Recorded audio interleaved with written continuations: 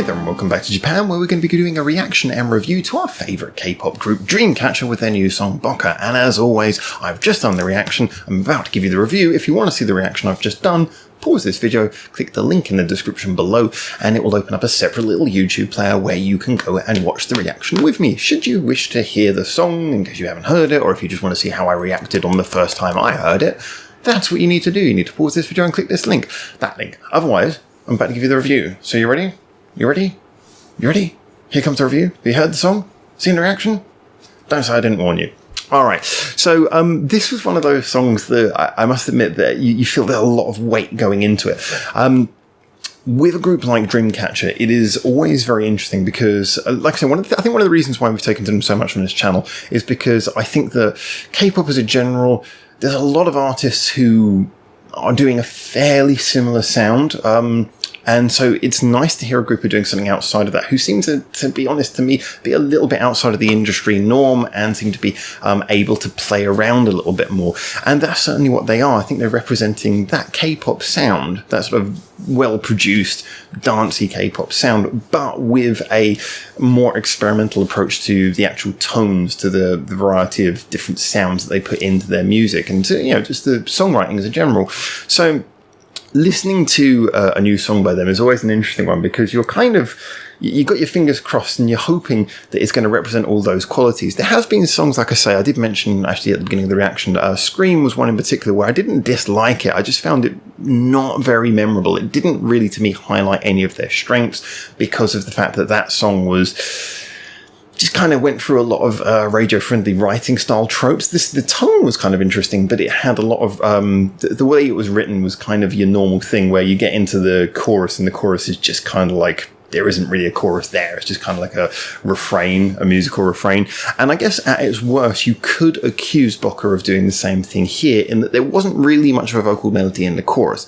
Again, as always, we're willing to be honest about the positive and negative, but I think this worked a million times better than Scream, and I think there's a few reasons to put into that. Now, first of all, this did do a lot of the things that Scream did, and I think there is a valid comparison in that it went for a more obviously radio-friendly sound, as with a lot of songs that are popular in, well, you know, a lot of the big markets, the K-pop market and the Western market. I hate to say it, but it is a lot of the time a rhythm over melody.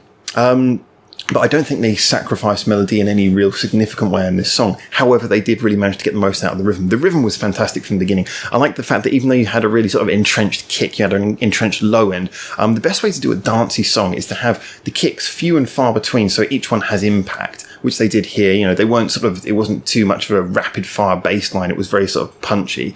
And on the top ends, to keep everything seeming kinetic and energetic between those kicks, you need a lot of sort of high end sounds, a lot of it could be snare work, it could be side stick work, it could be like little clicking percussion things. You can use maracas. I mean, let's face it, that's why Latin music is so rhythmic, isn't it? It's because it's not because it's always, you know, kicking. It's not all got loads of loud kick sounds in it. It's because it's got loads of those high-end sounds. You imagine maracas being used. That's actually a very good example. Filling in the gaps between sparse and impactful kicks with lots of high-end rhythm is how you make something dancey.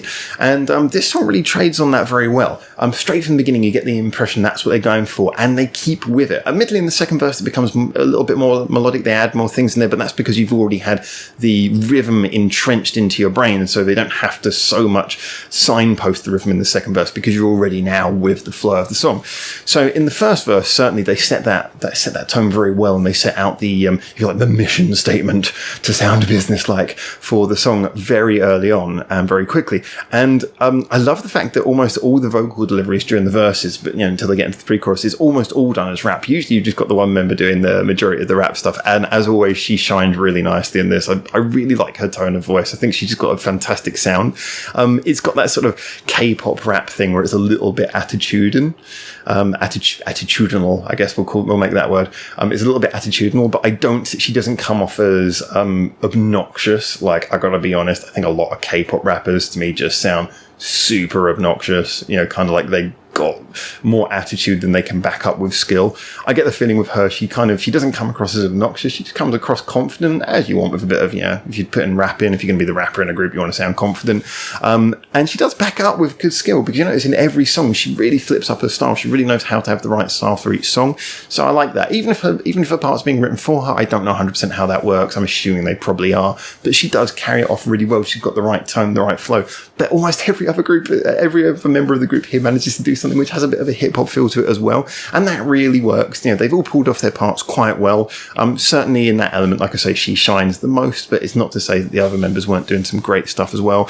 And then when you get into the pre-choruses, there's some nice melodic build-up, the way that then they go in, they start focusing more on the melody to tell you building up for the chorus. So when the chorus comes in this song, it's very simple. And again, this is where I can accept references to Scream being relevant. And I would be willing to say that, yeah, on some element, I was a little bit disappointed by the chorus, but only because, I still think it works. And I'll get around to that in a minute. I still think it works, and I think it works fine, and it's good.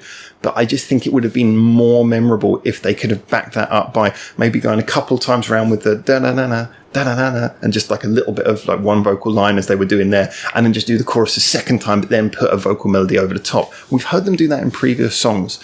I would have loved to have seen them do that here and develop the chorus a little bit more. So I felt the chorus did feel a little bit underdeveloped. Not to say there's anything wrong with the way it was, but like I said, I think they could have extended the chorus and gone around, maybe even if it was just in the last time, just as a crescendo, to add a little bit of a vocal melody to it, just to get the most out of what was going on in the background, because the instrumental part of that chorus was really cool. I loved the way the guitar was done, the way it was produced. It kind of had a slightly techno guitar feel. It felt rocky, but at the same time, it had that sort of produced pop quality. It kind of spoke a lot to what they do. And most importantly, it paid off the bits before it. Now, this is the interesting thing. You can have a chorus like this, which, like I said, I don't want to overly say it's disappointing, because I did actually like it. But, a chorus that wasn't up on the high levels of some things that they've done in the past, but it can still work if it pays off what happened before. And of course, the whole nature of what happens before is it's about sort of sparse, the low end being broken up, so it's got a rhythm, it's a bit sparse, it's rhythmic, and then you've got those gentle melodies in the pre-chorus building everything up. So it pays that off by giving you the loudest, heaviest, most impactful part. That's the bit where you go from bobbing your head to banging your head, and that in itself is a payoff. It's a tonal payoff. It works in the context of the song. So I do think that the chorus works.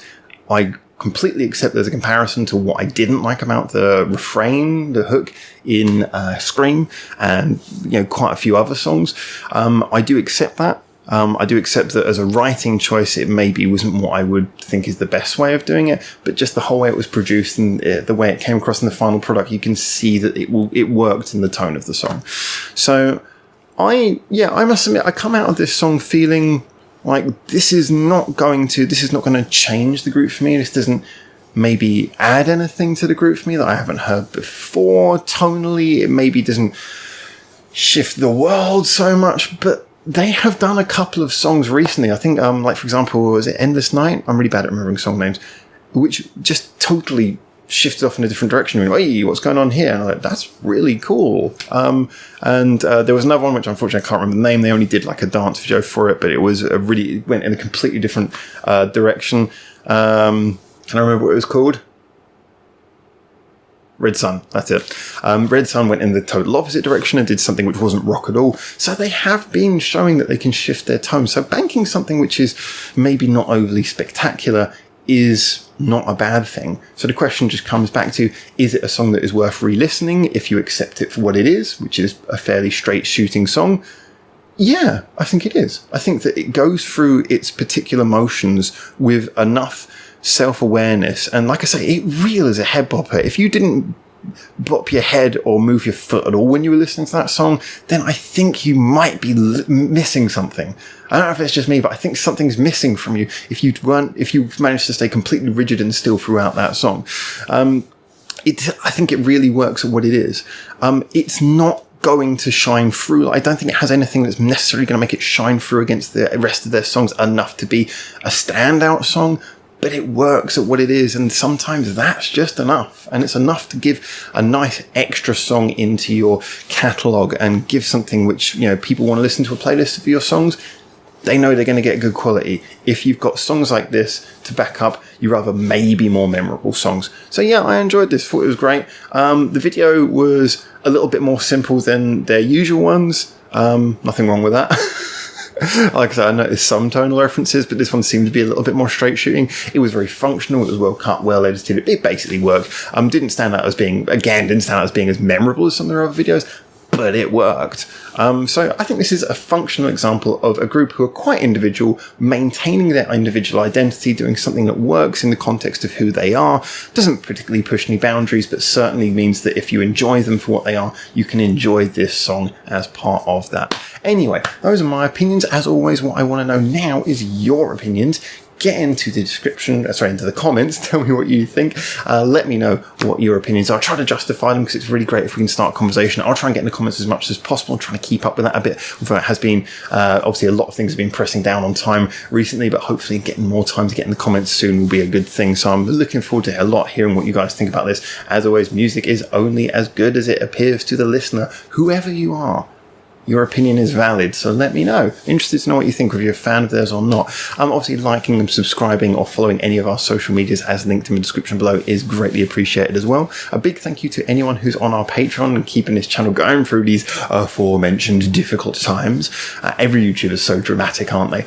And on top of that as well, though, I just want to say a big thank you to you for making it through to the end of this video. Thank you so much for watching. Thank you so much for supporting us in whatever way you can, even if it's just turning up. And until I see you hopefully very soon on the next one of these videos from Japan. For now, ciao ciao.